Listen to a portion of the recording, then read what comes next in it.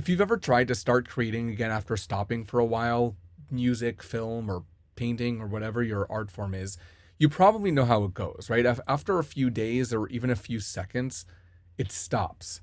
And this has happened to me a million times. It's really embarrassing, but I was always looking for a real explanation and couldn't find one for why that happened to me.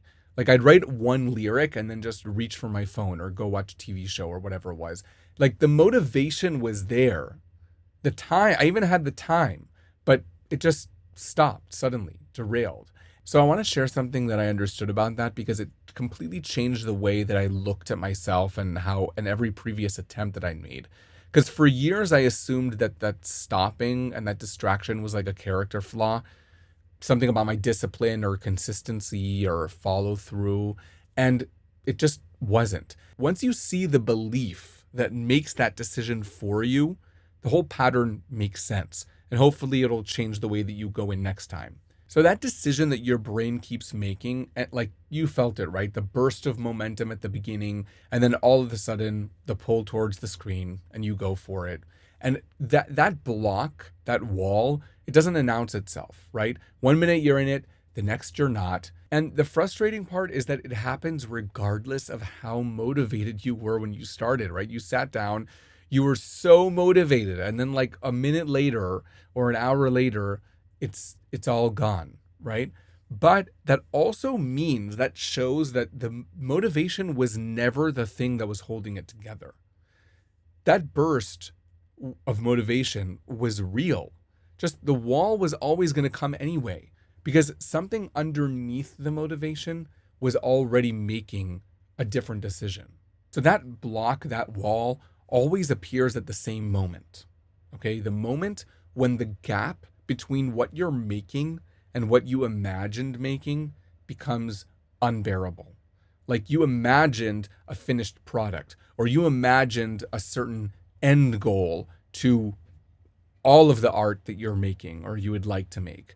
And you're in the middle of this right now, writing a lyric or starting a painting or whatever it is, and you don't really have a plan for where this is going. Like it's just inspiration, right? And you're trying to get to the next step, and then you look at it and you feel like I'm just in the middle of this. Like I want to be at the end of this, have the finished product in my hand, and this isn't what I imagined, right? That gap is real and it's painful.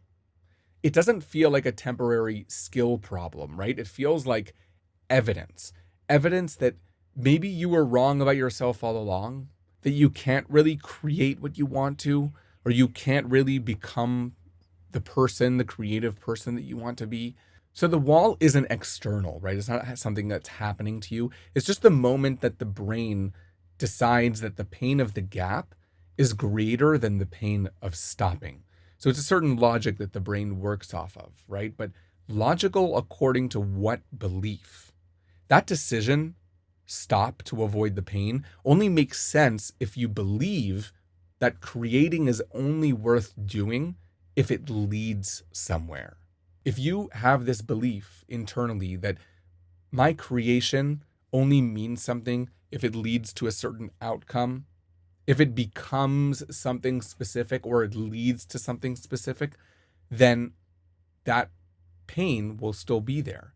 And that belief didn't come from nowhere, right? Something taught you that making things without a destination was unrealistic, or either the destination was unrealistic, or creating it without the destination is was self-indulgent, a waste of time, naive, or whatever it was in your specific story in your life. A person, a moment, a version of growing up that required you to be practical, whatever it was. You're not weak for making that deal with yourself. You were just operating on a premise that came from outside of you. And even if it came from inside of you, it's based on societal expectations or whatever we understood from the input from the world, right? No one's to blame, just whatever your specific situation is. But why is that belief still making the decision for you? It doesn't have to.